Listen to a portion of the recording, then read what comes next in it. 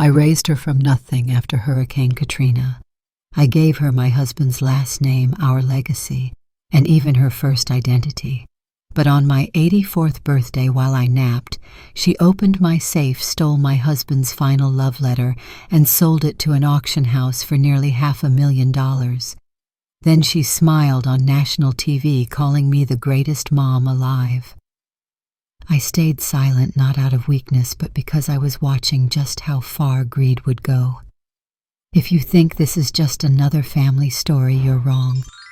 Subscribe now to catch our next haunting true betrayal stories.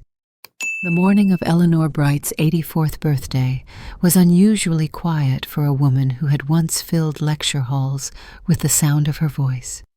Her house, an aging but proud Victorian, nestled in the misted hills of Oregon, stood wrapped in the kind of fog that silences even the birds.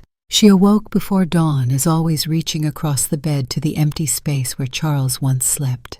Even after 12 years, her fingers searched instinctively.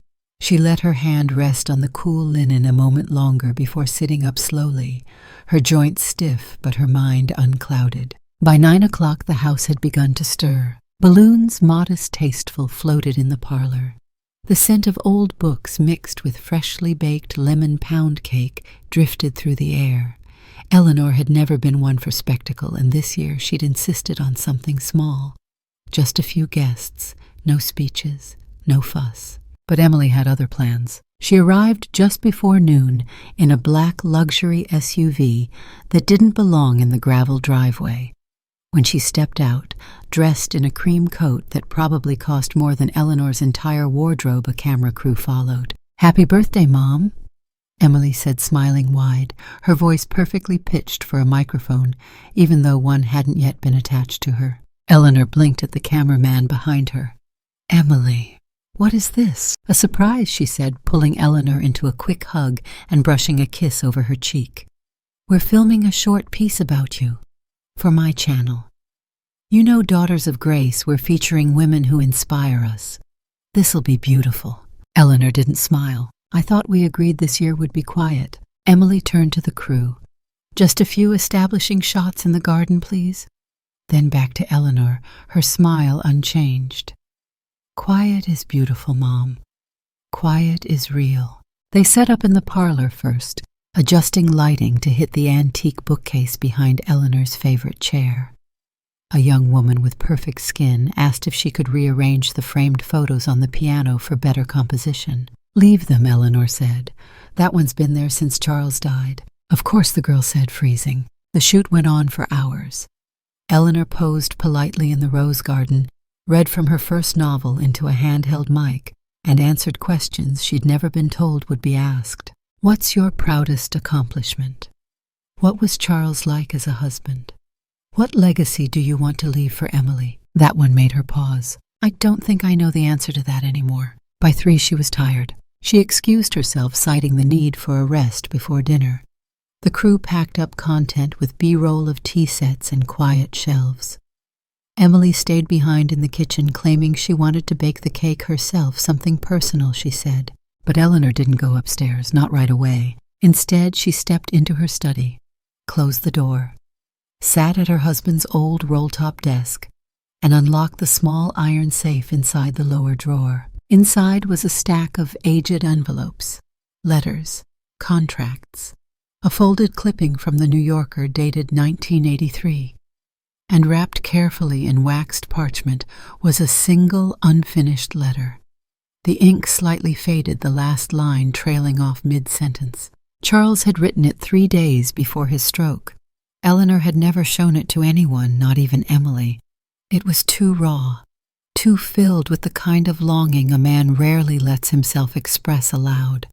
The last thing he ever wrote with his own hand. She held it now carefully, letting her fingers trace the loops of his script. Then she placed it back in the envelope, sealed it, and returned it to the safe. Turning the dial slowly, she locked it with a finality that made her stomach twist. She went upstairs then, finally lay down. Sleep came fitfully. The sun was setting by the time Eleanor stirred. The air outside had cooled, and somewhere downstairs music floated up softly, the vintage jazz she'd loved since before Emily was born. She moved slower now, more carefully, her hand gripping the banister as she descended. When she reached the parlor, the long dining table was already set.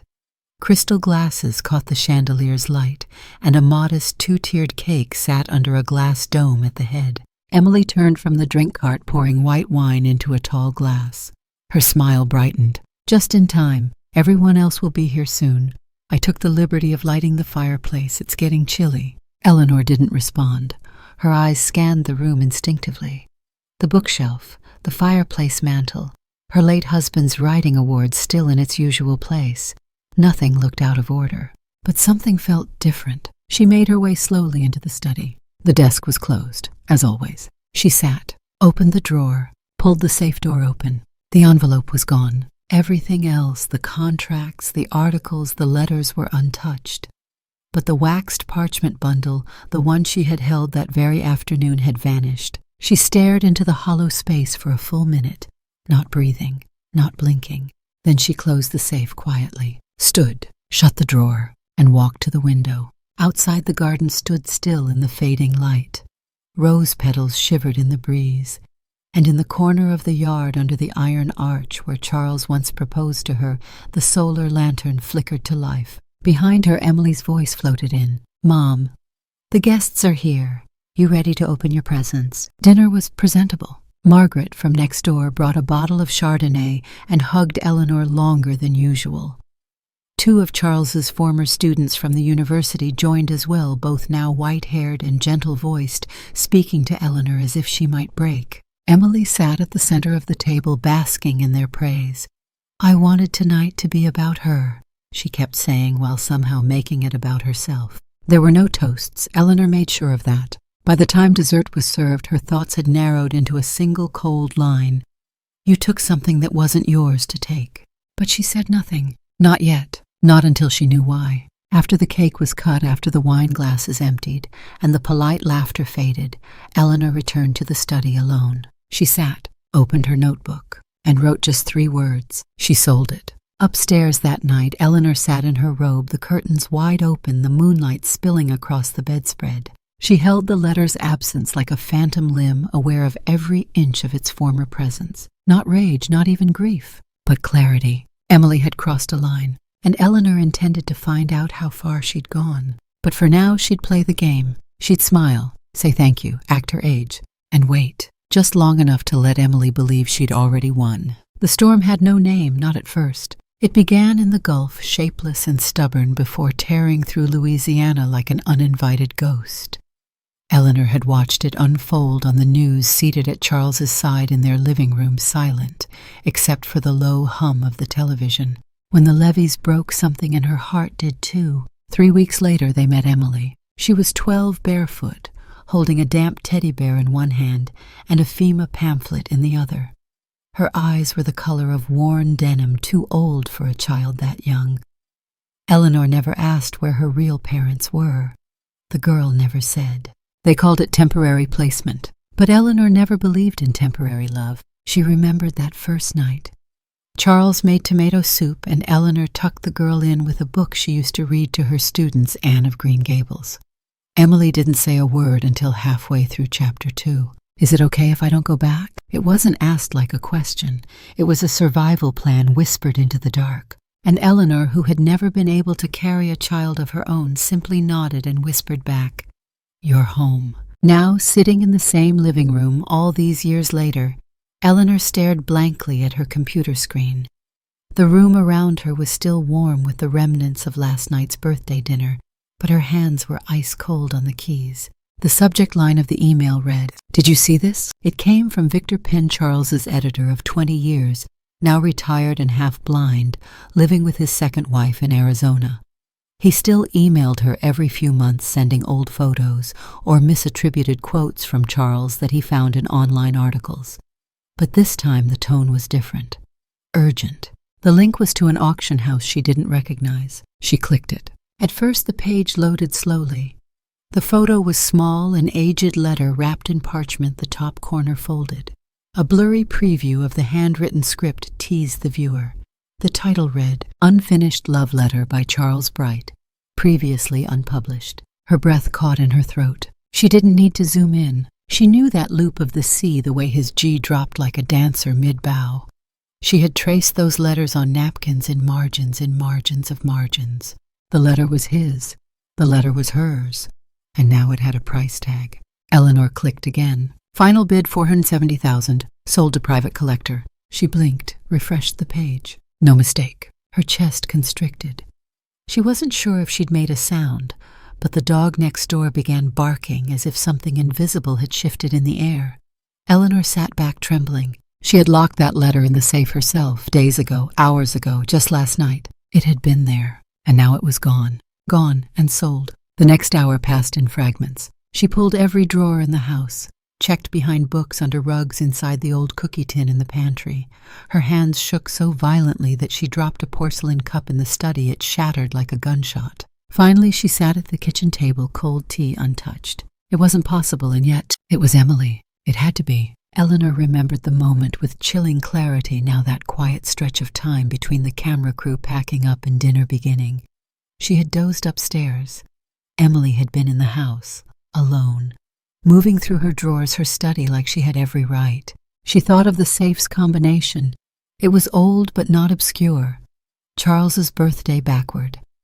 Emily had watched her open it dozens of times. Trust is slow to build and silent when it dies. At 3 a.m., Eleanor sat in her nightgown staring out the window, the soft glow of her laptop illuminating the edges of her face.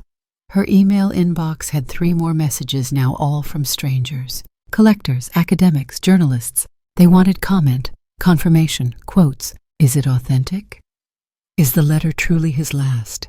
Was it meant for publication? Eleanor closed the lid of her laptop. No. It wasn't meant for anyone else. It had been unfinished, raw. A letter that Charles had written for her eyes alone. He never got to say goodbye with his mouth, so he had tried with his pen. It ended mid-sentence. I want you to know that in all my quiet years, the loudest part of me was always... That was the line. She had read it 1,000 times, finished it 1,000 different ways.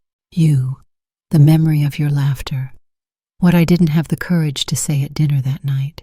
Now someone somewhere had bought that moment, framed it, filed it, or worse, planned to profit from it. And Emily hadn't said a word. At breakfast, Eleanor said nothing. Emily joined her late, her phone buzzing constantly. Morning, Mom. She kissed Eleanor's head absent-mindedly. How'd you sleep? Eleanor looked up slowly. I didn't. Emily poured herself a glass of juice and slid into the seat across from her. Oh no, insomnia again. Eleanor stared. Emily's voice was as bright as ever. A little too bright. Her eyes didn't hold. She checked her phone twice during the silence. Something interesting, Eleanor asked mildly. Emily blinked.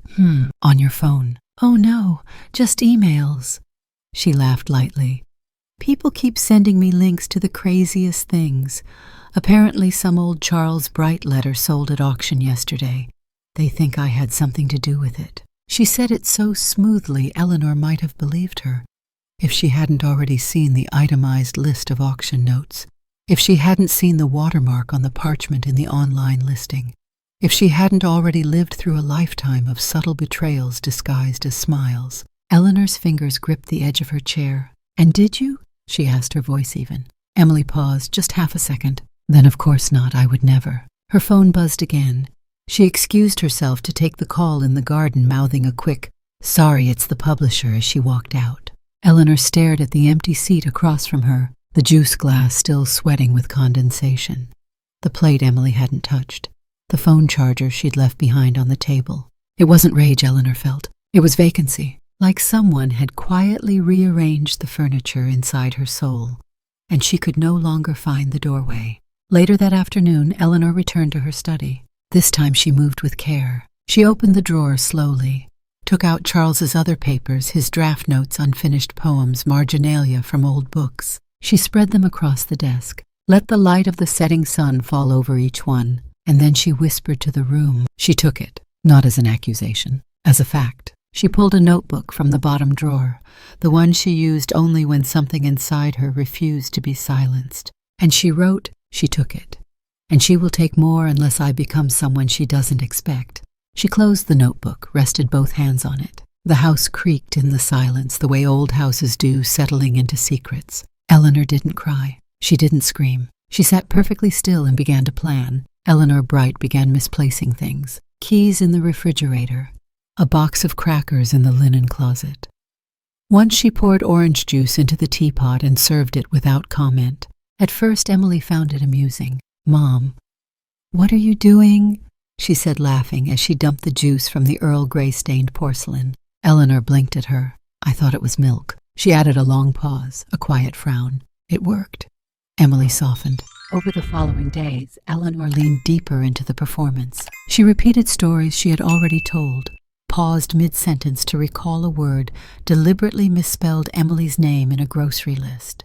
She called the television remote the letter thing, and once referred to the dishwasher as that humming cupboard. Emily began to hover. Hovering, Eleanor had long ago learned, was not a gesture of love, but of calculation. People hovered when they wanted something, and Eleanor was counting on that. On the 5th morning, Emily brought home folders from a law firm in town. "They specialize in estate planning," she explained, sliding the papers onto the kitchen table. "Just some updates. You know, in case anything happens, it'll help keep things from getting messy." Eleanor stared blankly at the documents. "Do you remember where the sugar is?" she asked, her voice soft. Emily blinked. "It's in the same place as always, Mom." Eleanor hesitated, then stood and opened the pantry door. She stared at the shelves for nearly a minute, then turned, smiled faintly, and said, "Would you mind?" That evening, Emily took over the monthly grocery ordering. The passwords to Eleanor's banking account were reset to something more secure.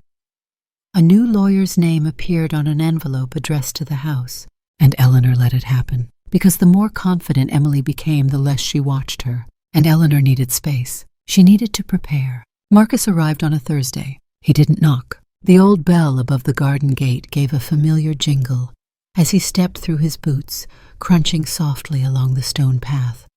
He paused beneath the pear tree, brushing dirt from his coat. Eleanor was on the porch, a book unopened on her lap. When she looked up and saw him, really saw him, her throat tightened. "Marcus," his face lit with the same gentle, shy smile she remembered. "Miss Bright," he said, doffing an imaginary cap. "You look older," she said, rising. "You look smarter," he replied, his voice warmer than the spring air. She laughed, and it wasn't a pretend laugh. He took the stairs 2 at a time and hugged her the way only people with honest hands can, firm, unflinching, unafraid. They sat on the porch swing while she poured tea. For a while they just watched the breeze move through the roses. So she said at last, "What brings you back to my jungle?" "I was in town for the literary festival," he said. "I saw your name on the old mailbox, and I guess I hoped you'd still be here." "And you?" she asked. "You were reading Bukowski in the shed the last time I saw you. Ever get your own words on paper?" He shrugged. "I edit now. Small house, niche titles, local authors mostly.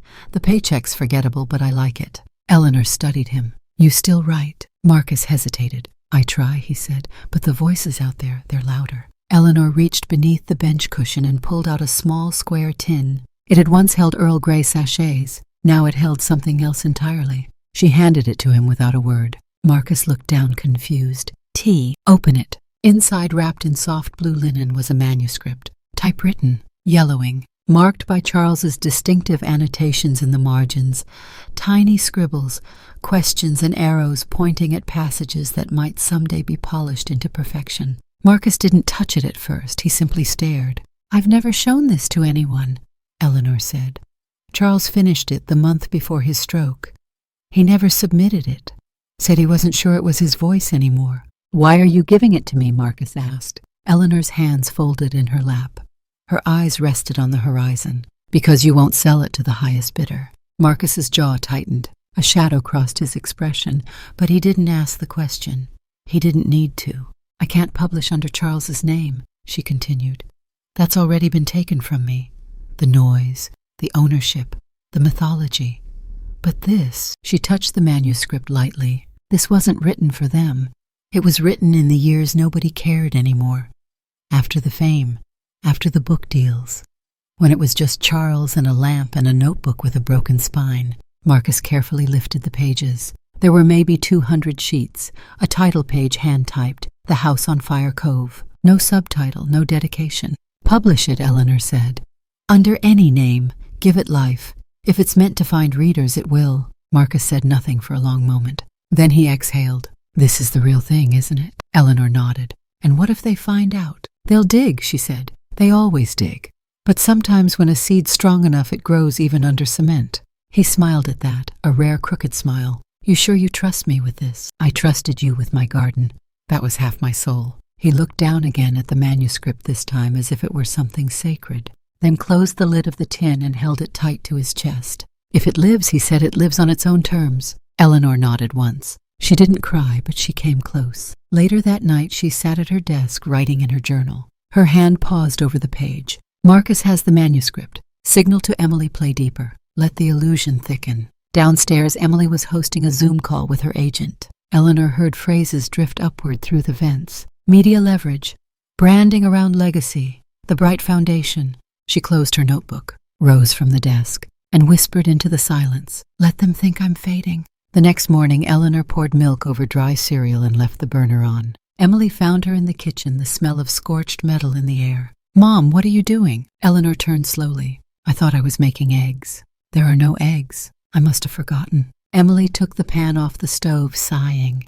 Maybe we should talk about getting some help around the house. Eleanor blinked. I'm not helpless. I didn't say you were. You meant it. Emily stared at her, but Eleanor only smiled softly and returned to her cereal. From the kitchen window, she could see the roses swaying. Somewhere far away, a book was breathing its first breaths again, and no one, not even blood, would ever silence it. To the world beyond the iron gate, Emily Bright was a miracle in pearls. She spoke softly, dressed tastefully, smiled often, but never too much. Her makeup was always 2 shades below confidence, just enough to say, I'm approachable, but you can trust me with power. When she spoke of Eleanor, her voice slowed, rich with reverence. My mother is extraordinary, she said during a podcast interview titled Daughters of Greatness. She raised me not by blood but by choice, and isn't that the deepest kind of love? The host, a lifestyle influencer named Tessa with manicured optimism and 200,000 followers, swooned. That's beautiful, Emily. Absolutely beautiful. Emily let the silence settle. She was skilled at silence. It made people lean in. She adopted me after the hurricane, she continued. I had no shoes, no home, but she gave me structure, dignity, and books.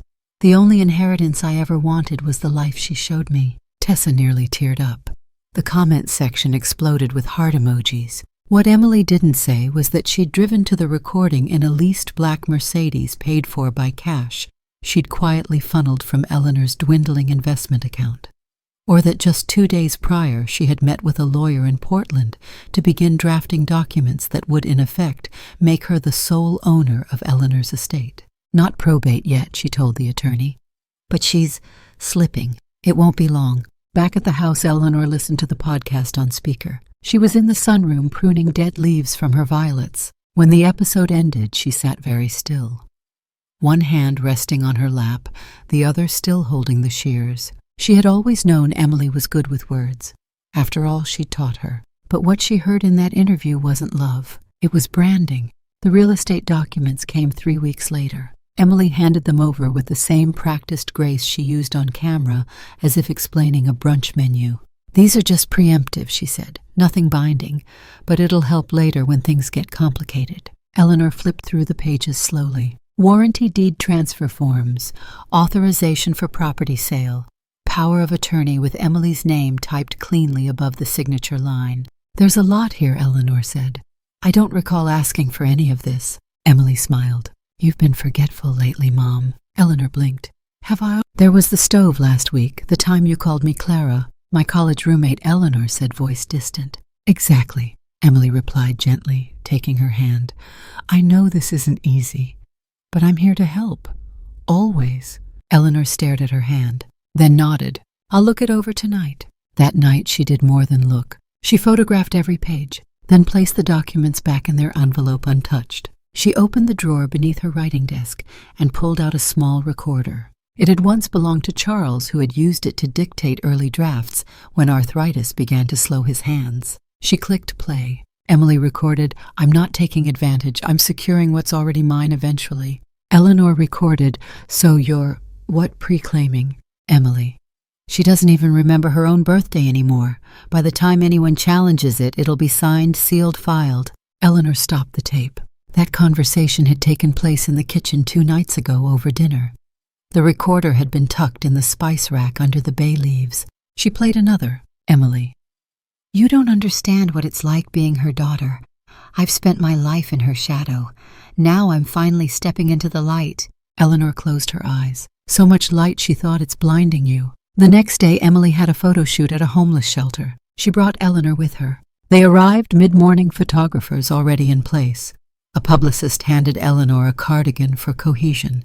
Emily knelt beside a thin man in a wheelchair, took his hand, whispered something in his ear, and posed. The photo would be posted within the hour. My mother taught me compassion. Today I pay it forward. The caption didn't mention that the man had no idea who she was, or that the bag of groceries she handed him had expired cans. Eleanor sat beside a woman knitting with brittle fingers. Is that your daughter? The woman asked. Eleanor glanced at the camera. She thinks she is, she said softly. When they got home, Emily headed straight to her room. Eleanor waited until she heard the shower. Then she moved quickly into Emily's office space, rifling through drawers.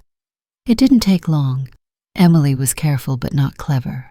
The USB drive was in a gold envelope marked Evergreen Title. Eleanor plugged it into her laptop. There were PDFs, scans, drafted contracts. One folder labeled Final Property Transfer April. She copied everything to her own drive, then to the cloud, then emailed a copy to Victor Penn with a single line. If anything happens to me, this explains why. The next morning, Emily found Eleanor staring at a blank wall in the hallway. Mom, Eleanor turned startled. I was looking for the painting, the horses. There was never a painting there. Eleanor's eyes flickered. Oh. Emily moved closer.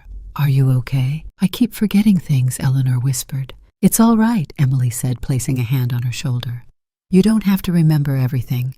I'll handle it. She said it like a vow, like a knife hidden in silk. Eleanor waited until she left, then opened her notebook again. She flipped to a clean page. At the top she wrote, Things Emily thinks I forgot. Underneath a list began to form. The title company, the forged signature on the April deed, her recording from March 3rd, her comment about stepping into the light, password changed on my bank account logged. At the bottom she underlined, Silence is not surrender, it's preparation. That evening the lights flickered in the house. Storms were coming in from the coast. Eleanor sat in her reading chair watching lightning dance in the distance. A cup of tea cooled in her hands. From the hallway she heard Emily on the phone, her voice lowered but sharp. No, we move now while she's still docile. A pause. Yes, I have the letter. I can sell it again overseas. I know people. Another pause. No, she doesn't know. She can't even spell her own name half the time. Eleanor's eyes didn't move, but her lips curved. A slow, quiet, dangerous smile. She walked to the safe that night, opened it, slipped in a new envelope. Inside not a letter but a trap. A document carefully forged but intentionally flawed. Just enough to bait, just enough to catch. She slid the recorder beside it and whispered to the empty room. Go on, Emily, be brilliant. 3 months passed like a drawn breath waiting to be exhaled. Then quietly, without fanfare, without press kits, without a single quote from an author, the novel appeared. The Last Day at Fire Cove. Published by Pinehouse Press, a modest indie imprint known more for debut poetry than literary earthquakes. No author photo, no biography, just a name, M.H. Clark. A ghost. The novel began as a slow burn. A few critics noticed it enough to place it on the edge of discovery. The prose was old-fashioned yet precise, the kind of syntax that didn't try to impress, but always hit something you didn't know could bruise. By week 2, word had spread among literary corners like cigarette smoke in a closed bar. You need to read Fire Cove. By week 4, readers were posting side-by-side comparisons to Charles Bright's early work. The sentence structure, the metaphors, the rhythms beneath the text. Some said it was homage, some whispered reincarnation. Then someone posted a screenshot on X, formerly Twitter, the protagonist's name. Diane had appeared once before, buried in a footnote in Bright's unpublished lecture notes. It went viral in 2 hours, and in less than a day the questions began. Was M.H. Clark real? Was this an unreleased work by Charles Bright? If not, how did it sound exactly like him? In Oregon, Eleanor watched the media storm with a kind of solemn vindication. She'd bought the book in paperback anonymously. It arrived in a plain brown envelope like a secret passed under the table. She read it by the fireplace in one sitting. Every word. She didn't cry. Charles had always hated sentimentality. But when she reached the final page, the final line one, she remembered him mumbling half asleep in the weeks before his stroke. She whispered it aloud just once. Then she closed the book and waited. Emily found out the way snakes do by sensing vibrations. She was in the middle of a speaking event in Seattle discussing literary heritage and her new philanthropic project, the Bright Legacy Institute, named, of course, after her father. A publicist pulled her aside mid-reception. "There's a book," she said, voice low. "What book?" "It's charting. Fast. Literary Twitter is swarming. People think it's him." "Him who?" "Your dad." Emily's wine glass froze midair. She left the event before dessert. The next day, Emily called 3 different attorneys. She contacted Charles's former publisher, demanding to know if they had rights to any posthumous material. They did not. She reached out to the estate lawyer, who informed her dryly that the rights to all unpublished work belonged solely to Eleanor. She slammed the phone down and called her agent. "We need to go public." The video dropped 48 hours later. Emily sat in front of a simple white background. Her face composed a strategically placed copy of Bright's letters, 1965 to 1980, visible behind her. She didn't cry. She didn't have to. The hurt flickered in her voice like a candle nearly out of wax. "I never thought I'd be here," she said, "having to defend my father's name from theft." She spoke of Charles as my compass, my quiet north, a man who had inspired millions with his words. And now, she said, a stranger hidden behind the name M.H. Clark has dared to release a manuscript so obviously copied from my father's voice. It's chilling. She leaned forward. "I won't let this go unanswered." The video reached 2.6 million views in 2 days. Major outlets picked it up. CNN ran a segment. NPR issued a special feature titled "When Literary Ghosts Return." The question shifted from "Is it a tribute?" to "Is it a crime?" Eleanor watched it all unfold from her living room, the audio on mute. Emily's lips moved with perfect cadence, but Eleanor could see the calculation in every blink, every pause, every tilt of the chin. It was the same expression she wore when asking for control of the house, the same one she used to sell her father's final words for $500,000. Marcus said nothing. He declined interviews. He ignored DMs. He deleted the first 3 emails from The Atlantic without even reading them. The manuscript, he knew, had become something beyond him, bigger than Eleanor, bigger than Charles. And Eleanor had warned him, if it's good, they'll come.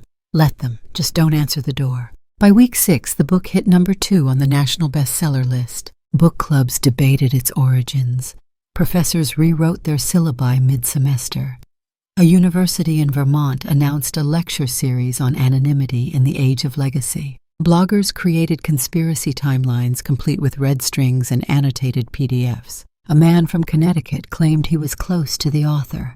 A woman in Ireland said she'd been gifted a handwritten copy in a dream.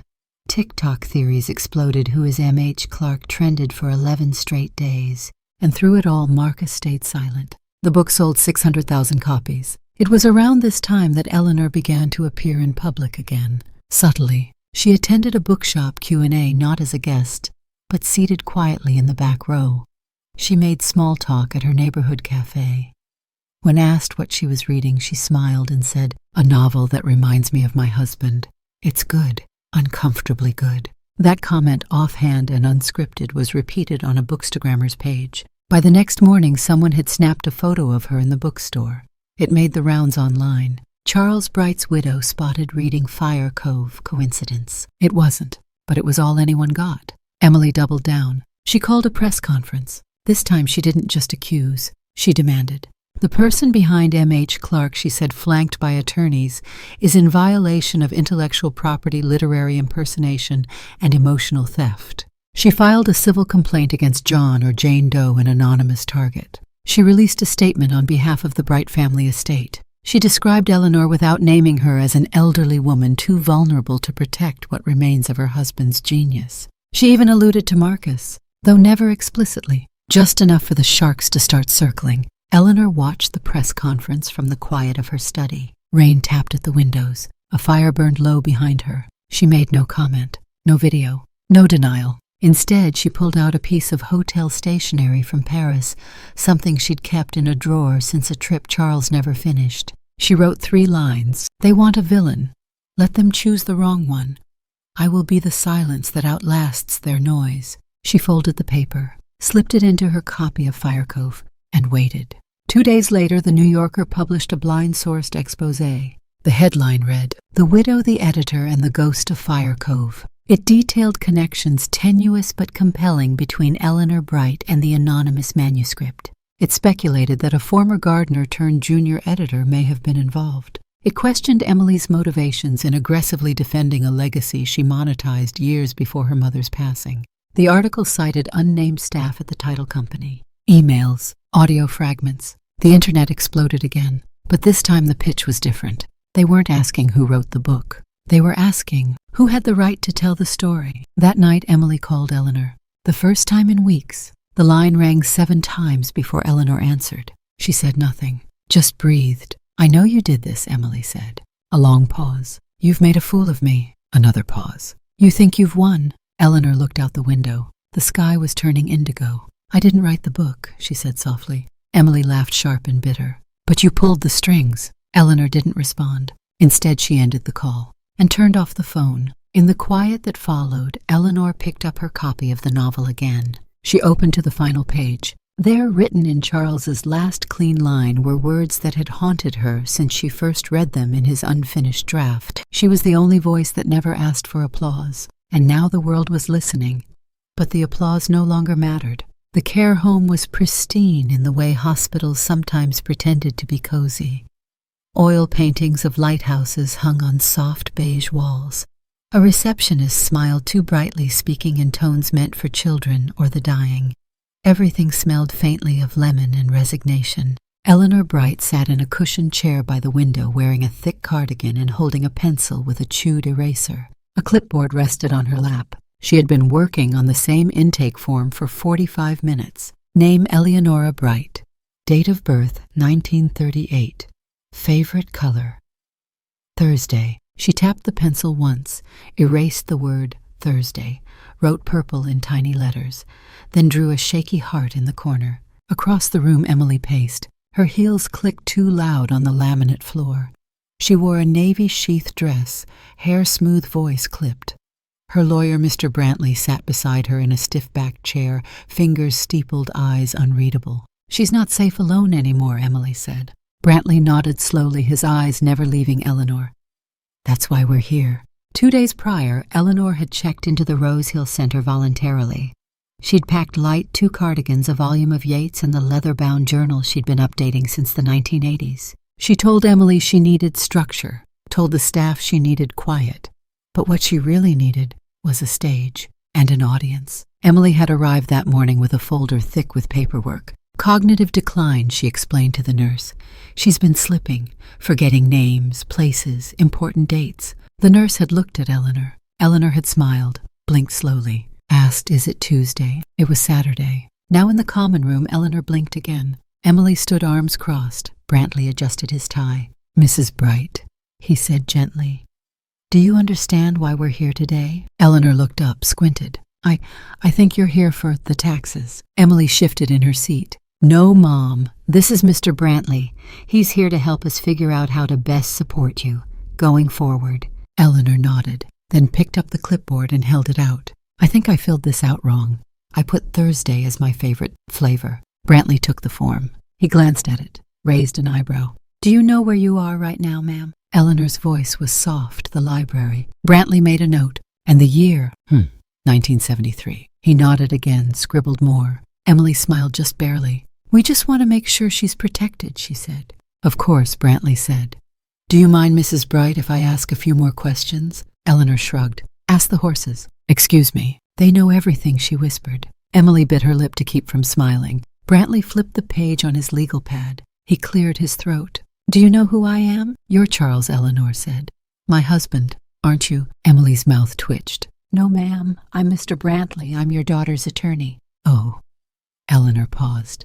"You look like Charles, when he was thin."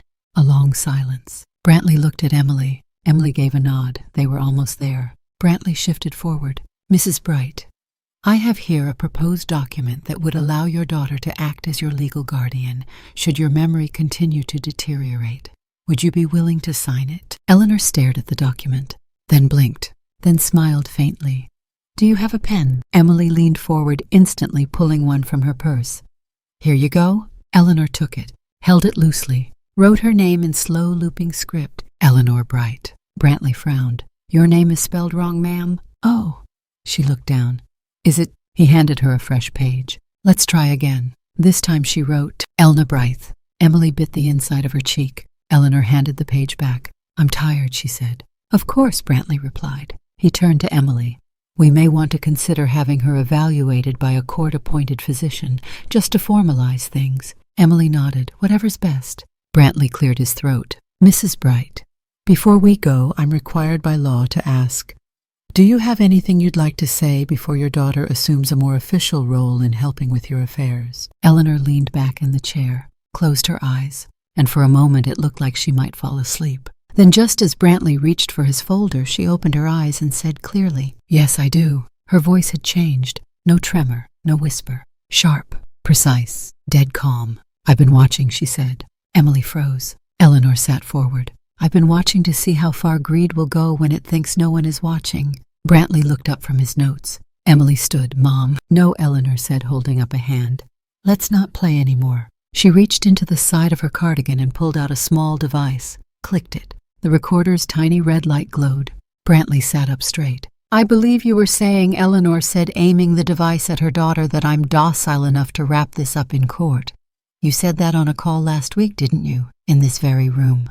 Emily's mouth opened, then closed, then opened again. That's entrapment." Brantley's eyes narrowed. "Is that true?" Emily turned toward him. "She's bluffing. She doesn't even know how to use email." "Funny," Eleanor said. "I managed to send your signed fake deed to 3 different journalists yesterday, with the audio attached.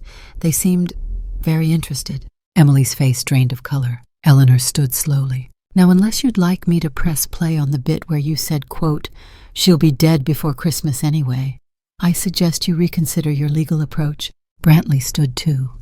"Mrs. Bright, this changes things." "I imagine it does." Eleanor smiled. The kind of smile that's not cruel, just final. Brantley packed his briefcase in silence. Emily stared at her mother. There was no more warmth in her face, only disbelief and something almost like fear. "You've been pretending this whole time," she said. Eleanor nodded once. "Yes, but why?" Eleanor looked at her for a long time, then said, "Because I needed to see how far you'd go.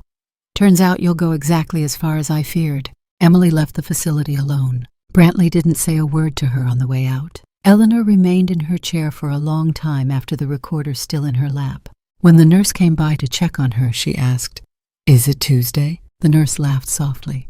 "It's still Saturday, Eleanor." Eleanor smiled. Well, at least that part wasn't a lie. She looked out the window, and for the first time in weeks, she felt absolutely awake. Marcus Reeves had always preferred silence. He believed in second drafts, long walks without headphones, and the idea that most things worth saying didn't need to be shouted. But in the 7th week after the last day at Fire Cove went viral, silence became a target.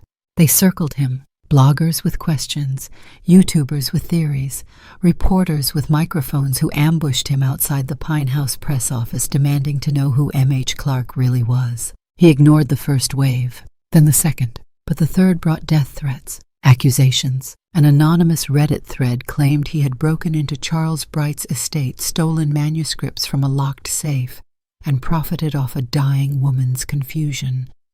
One blogger posted photos of Marcus's father's grave, insinuating a history of opportunism. Another called him a literary squatter. So he booked a room at the downtown community center. No lights, no podium. Just a folding table, 2 microphones, and a stack of paper. The room held maybe 30 chairs. They were all full. A few reporters stood in the back. Marcus walked in at noon sharp, wore a plain button-down shirt and jeans, carried a leather folio in one hand. No prepared statement, no slideshow. He sat down, took a breath, and said, "The book wasn't mine. Not in the way you're thinking. It was a gift." A few pens stopped scribbling. "A woman I admire entrusted me with a manuscript.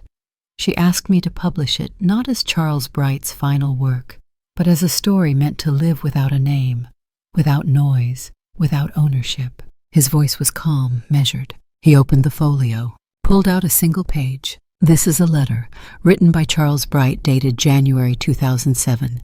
It was never published, but it explains everything. He held it up for the room. A scan of the letter, already sent digitally to every major outlet that morning, appeared online within minutes. It read, "To Eleanor.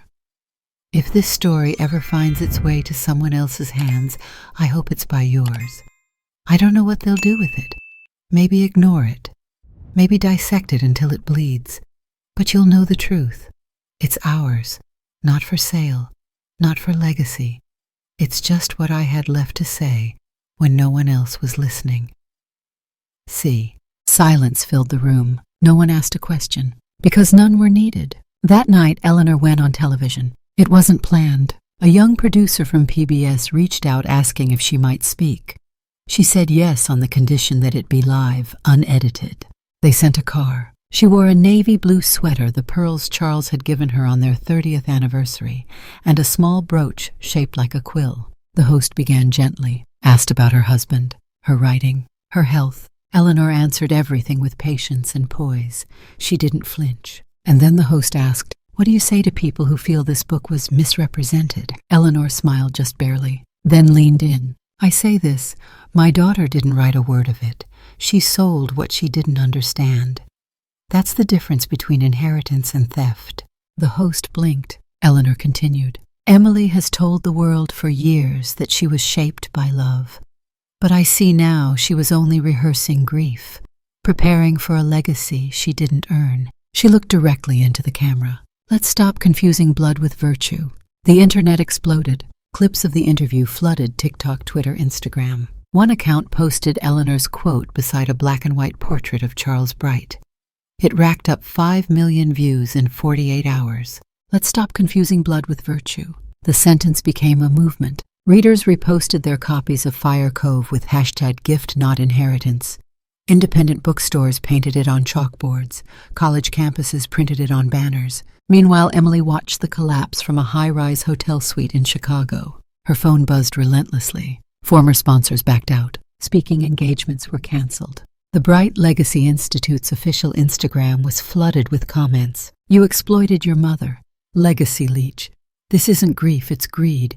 Give the royalties back." Emily shut the phone off. But not before she saw the latest viral post, a clip from her own podcast, where she'd once said, "All I want is to honor my father's voice." Overlaid with Eleanor's live quote, "She sold what she didn't understand." It played in a perfect brutal loop. At home, Eleanor made soup. Marcus stopped by just after sunset as the wind picked up and the leaves scattered down the long driveway.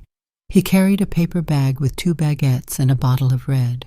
They sat in the kitchen, quiet, comfortable. No need to explain. Finally, Marcus said, "It's out now. All of it." Eleanor nodded. "I know. They're asking if we'll re-release the book under Charles's name." She ladled soup into bowls. "Don't," Marcus smiled. "Didn't think you'd want to." She set the bowl in front of him, poured wine into a chipped glass. "Let them wonder. Let the words float without a name." He raised his glass. "To the ghost." She clinked hers gently. "To the woman who saw him." Emily never issued a formal apology. She posted a vague Instagram story about being misunderstood and the complicated nature of family legacies, then deleted her account. Some said she moved to upstate New York. Others claimed she was writing a memoir. No one cared. Her name stopped trending. 3 months later, The Last Day at Fire Cove won the Indie Lit Award for Best Fiction. Marcus sent Eleanor a photo of the plaque. She replied with 2 words, "Still ours." And in the back of her notebook, between old grocery lists and a poem Charles once scribbled on a napkin, Eleanor wrote, "Truth doesn't shout, it waits. And when it arrives, it walks through the door like it never left." Marcus was in the garden behind the press office when she arrived. Suitless, breathless eyeliner smudged like the edge of a charred photograph. Emily. She didn't knock, she didn't call. She just showed up, walking past reception, past the desk, straight into the overgrown courtyard, like she still owned something here. Like she still owned something anywhere. He saw her before she saw him. She stood in heels that weren't meant for gravel, carrying a brown leather tote that sagged with papers. Her hair was perfect in the way desperation always is, overcorrected, lacquered, cracking at the edges. "Marcus," she said. Not a greeting, a command. He stood slowly, setting down the trowel, dirt still caked beneath his nails. "Emily," he said, "didn't expect you." Obviously, she snapped and then softened her voice too late. "Can we talk?" He led her to the back door. They sat in the small kitchen near the staff fridge, still smelling faintly of over-toasted bagels and peppermint tea. She didn't waste time. "You need to retract the book." He blinked. "Retract it. Take it down. Or at least delay the paperback. You have no idea what this is doing to my reputation." Marcus looked at her, really looked at her, and saw the hairline fractures of someone used to getting ahead of the collapse now standing in its center. "It's not your book," he said quietly. She slammed the tote onto the table. "It's my father's voice." Marcus didn't flinch. "It's your father's voice in a story he gave to someone else. You exploited her." "No," he said, his voice sharpening for the first time. "I honored her request, and I have the documentation to prove it." He pulled a slim folder from his bag and placed it on the table. Eleanor's signature, dated, notarized. She was of sound mind. "This was 3 weeks before your little performance at the care home." Emily didn't touch the folder. "I'll sue." "You won't win. You think the public cares about the technicalities?" "I don't think the public cares about you at all right now." That landed, harder than anything else. She sank into the chair, the mask slipped. Her voice when she spoke again was smaller. "Do you even know what it's like to be the daughter of a genius? You never get to be anything else." Marcus didn't respond. Emily pressed on. She kept everything. His journals, his letters, the final draft. All of it locked in that house like it belonged only to her. "I just wanted to share it, to make sure he didn't vanish into a footnote." Marcus tilted his head. "You sold the letter. I needed. For how much?" Her lips tightened. Her jaw twitched. "I don't remember." He leaned forward. "She does." Emily stood up abruptly, knocking over her chair. "This isn't over." Marcus didn't rise, but his words followed her as she reached for the door. "It is for her." The car ride back to Eleanor's house was silent. Emily didn't turn on music, didn't answer her phone, didn't rehearse the next scene. For the first time in months, she had nothing to say. By the time she pulled into the driveway, dusk had turned the porch amber. The wind carried the faint scent of wood smoke. Somewhere a chime whispered against a branch. Eleanor was waiting in the foyer. She wore a slate gray cardigan and her walking shoes as if she might leave at any moment. "Come in," she said simply. Emily stepped inside. No hug, no glass of wine, no cushion of civility, just air and time and whatever sat between them now. They stood in the sitting room, the same room where Charles once read drafts aloud, where Emily used to play violin badly on Sunday afternoons. Eleanor gestured to the sideboard. "Would you like to sit?" Emily shook her head. Eleanor nodded. "Then I'll stand too." She picked up a small digital recorder from the tray beside the teapot. Pressed play. Emily's own voice filled the room. "If we get it sold before the appraisal hits probate, no one will trace the letter. Overseas buyers don't ask questions. I've done this before." Emily's eyes widened. The next line landed like a gunshot. "It's just a piece of paper. No one reads anymore. They just pay." Silence followed. Then Eleanor clicked the device off. She set it down gently and turned to her daughter. "I kept that letter," she said, "in a locked safe. Not because it was rare, not because it was valuable, but because it was the last thing your father ever wrote me, his last real moment. And you put a price tag on it." Emily's voice cracked. "I didn't mean—" "You meant to sell it. I was protecting his legacy." Emily nodded, teary now, grasping. "He's slipping from people's memory. I wanted them to remember him. I thought if the world could read it." "You sold it at auction." "It was an act of love." "No," Eleanor said, her voice colder than winter glass. "It was an act of hunger." Emily broke. The tears came fast, uneven. "I didn't know what else to do. I thought if I just showed them how brilliant he was again, maybe they'd care. Maybe they'd care about me too." Eleanor stepped closer. Not with pity, with gravity. "You've never loved anyone," she said softly. "Not really. Not me. Not your father. Not even yourself." Emily's chin trembled. "That's not true." Eleanor didn't blink. "It is. And you've built a life on the lie that adoration and ownership are the same thing. But they're not." She held out her hand, opened her palm. Inside was a folded envelope thinner than the letter. Lighter, but real. Emily stared at it. "What's that?" "Your inheritance." Emily reached for it, but Eleanor closed her hand. "You may open it outside." "Why?" Eleanor's eyes didn't waver. "Because whatever you're hoping is inside, it isn't." Emily stood on the porch steps alone 10 minutes later, the night falling heavy on her shoulders. She opened the envelope. Inside was a single piece of paper, a quote, typed by Charles Bright. "To claim what isn't yours is theft. To believe you deserve it is delusion. But to live as though love owes you something is the truest form of poverty." Below that, Eleanor had written, "I hope someday you'll learn the difference." "Mom." Emily didn't cry again. She folded the page, walked back to her car, drove into a night that offered no route forward, only the truth, and the sound of her own breathing heavy in the dark. The first court summons came in a plain envelope. Emily tore it open on a rainy Tuesday, expecting bills. Inside were 6 pages printed in clean legal type, each one more damning than the last. Charges: fraud, forgery, unlawful sale of private property, elder exploitation. She stared at the words as if they belonged to someone else, a character in a novel, a cautionary tale. But the ink didn't blink. The headlines followed within hours. Bright daughter faces. Legal firestorm over literary scandal. Auctioned affection. Letter at heart of estate fraud case. From legacy to liability. The fall of Emily Bright. Podcasters dissected the charges like forensic surgeons. Book critics who once praised her for upholding literary tradition now called her the architect of her own erasure. Former sponsors pulled out. A literary foundation stripped her of a fellowship she hadn't even applied for. The public, already angry, turned merciless. Meanwhile, the courtroom sat quiet. No cameras, just hard benches and harder truths.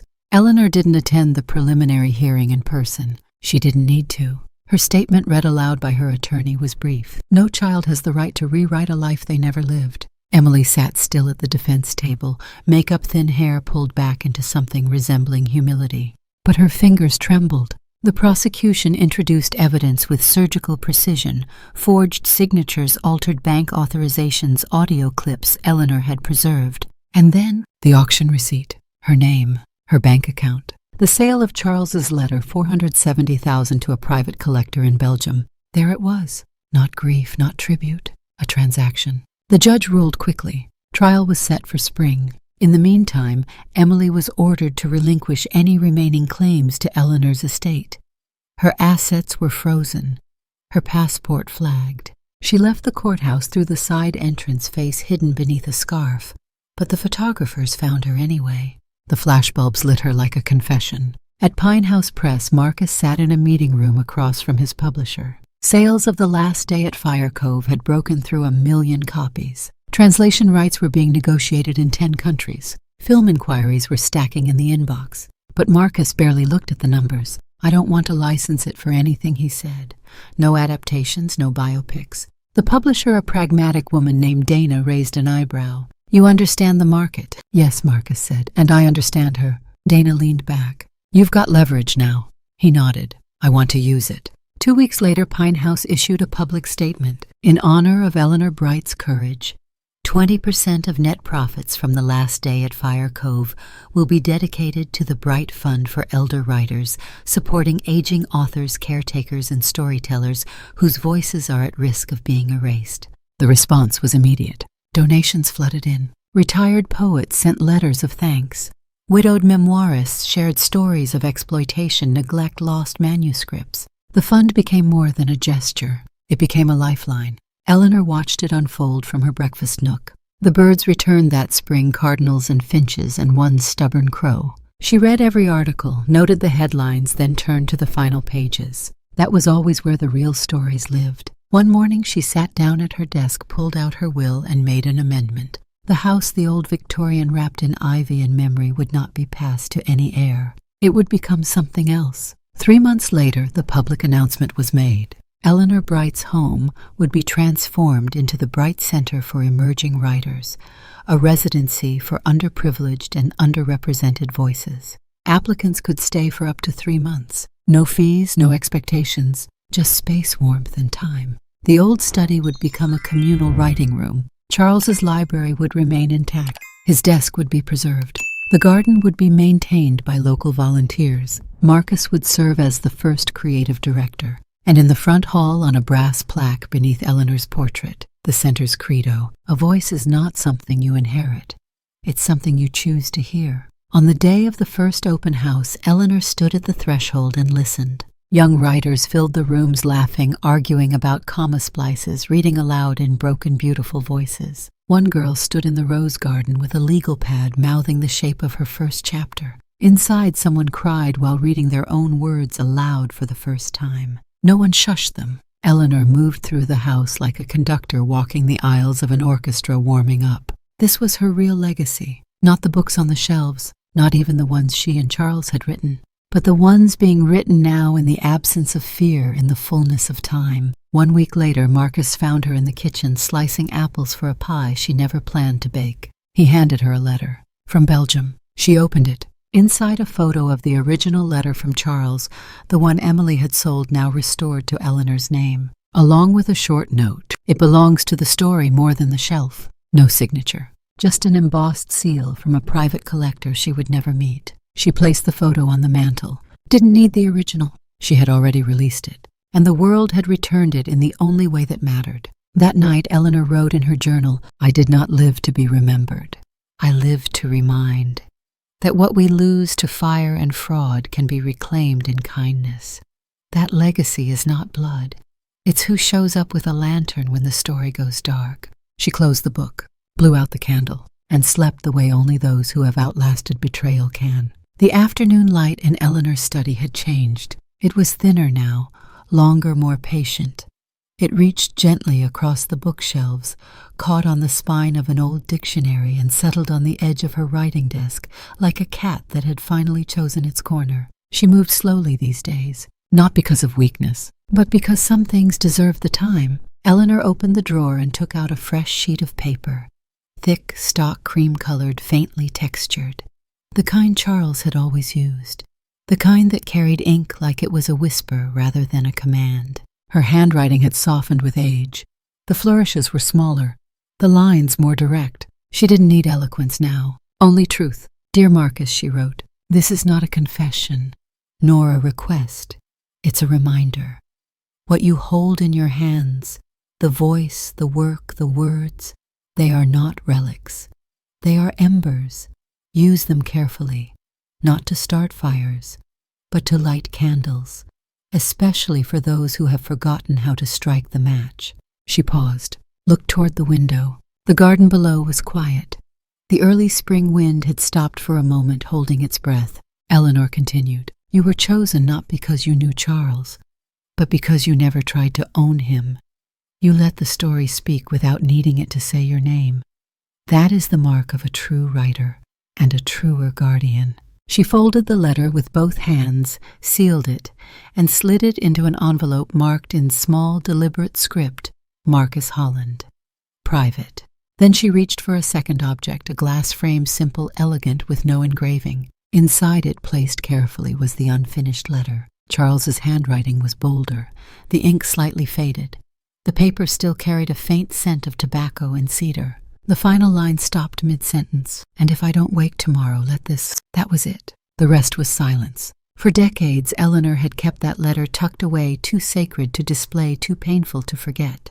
But it wasn't pain anymore. It was passage. The letter was no longer a secret. It was a compass. She placed the frame on the wall of the new common room, just beside the bookshelves, where the residents of the Bright Center now gathered each evening. No placard, no explanation. Just the truth as it had been left. Visitors often stopped in front of it, tilted their heads, wondering what came next. But the residents understood. Some stories don't need endings. They just need to be seen. Marcus received the letter 2 days later. He didn't open it right away. He read it on the porch Eleanor had once sat on with a bowl of cherries in her lap and a book resting against her knee. The sun hit the words just as he read the last line. He wept, not loudly, not desperately, but the way people cry when they've been entrusted with something heavier than inheritance. He folded the letter and kept it with him from that day on, tucked between the pages of his own manuscript, not for inspiration, but for alignment. Somewhere in Idaho, a woman with short dark hair and a quiet gait served breakfast to elderly patients at a nursing home. She didn't wear makeup anymore, didn't give interviews, but she knew how to sit beside someone in silence.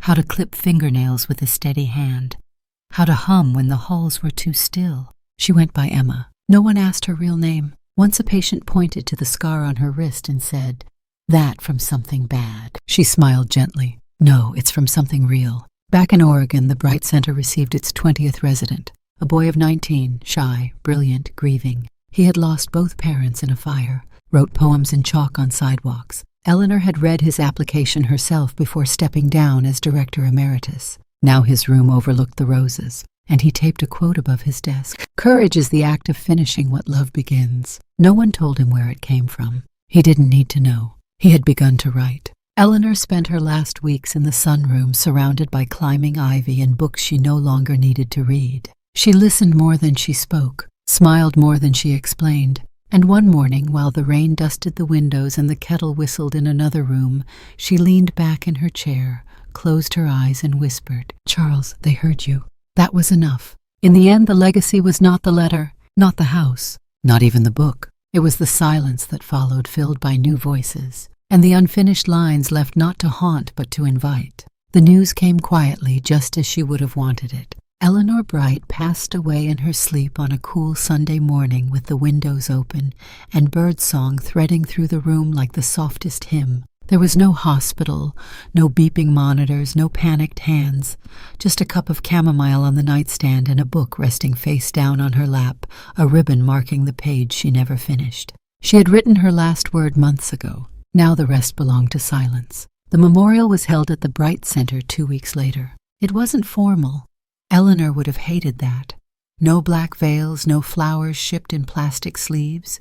Instead, folding chairs circled the old rose garden, a table of lemon cake her favorite. 2 fiddlers played the parting glass under the arbor, and the front porch bore a sign written in hand-painted letters, "For Eleanor, the woman who reminded us stories could heal." Writers came from everywhere. Former residents of the center, former skeptics, former students who'd only ever heard her name whispered in legend. Some carried books, others brought pages still in progress. All carried the same thing, a sense that something enormous and unspoken had passed through them and left a trail of light. Marcus stood at the edge of the garden with a letter in his hand. It was yellowed now, folded too many times.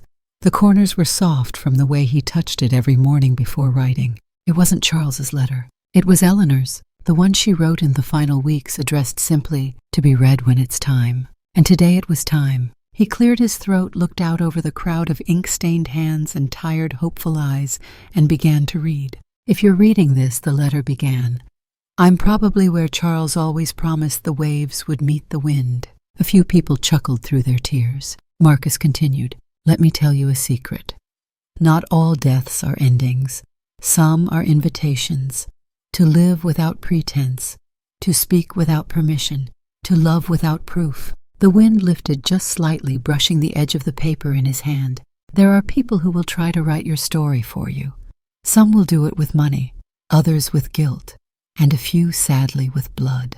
His voice caught. He steadied himself. "But none of them. None can hold the pen like you do. So hold it, even when your hands shake, especially when they shake, because that's when the truest lines are drawn." Marcus looked up. Half the people were weeping now silently, as if afraid to miss a word. He finished, "I did not choose who would share my name, but I did choose who would share my last chapter. If you're hearing this, thank you for being part of it."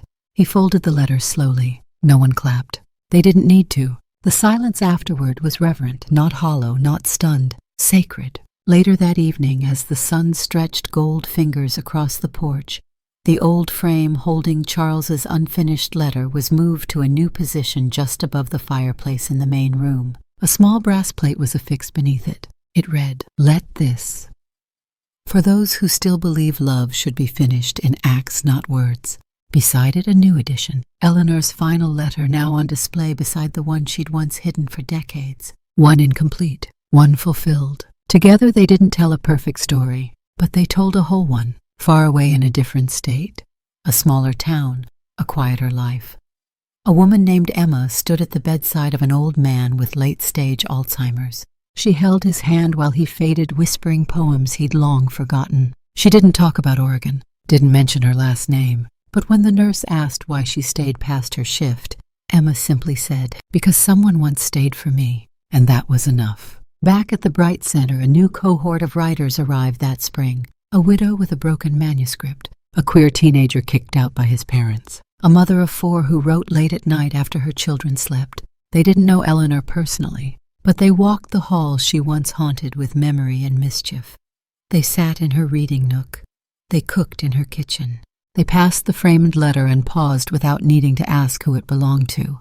They just knew. Marcus stayed on, not as a curator, but as a witness. He taught workshops not about structure or grammar, but about silence, the kind of silence that protects, that preserves, that lets breath become language. One day a student asked him, "Do you ever miss her?" He didn't answer right away. Then he smiled, handed the girl a pencil, and said, "No, I read her every morning." And so long after her passing, the lights in the house stayed on, not to chase away the dark, but to help others ride through it, one candle at a time, one line after another, until the story, unfinished, unruly beautiful, was no longer hers, but all of ours.